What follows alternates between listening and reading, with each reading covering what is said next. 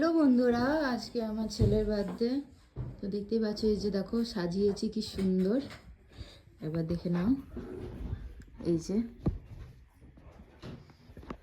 গোটা ঘরে এই যে দেখতে পাচ্ছ বেলুন দিয়ে সাজাচ্ছি। এই যে এখানে এই দেখো সোফাটা, দেখো সোফাটা, এখানে কেক কাটা হবে এই টেবিলটাতে। এখন টেবিলগুলো আরে সাজানো হয়নি। এই যে এই ঘরটাও দেখো সব সাজানো হচ্ছে। এই যে দেখতে পাচ্ছ, এই যে আর যার বার্থডে দেখো সে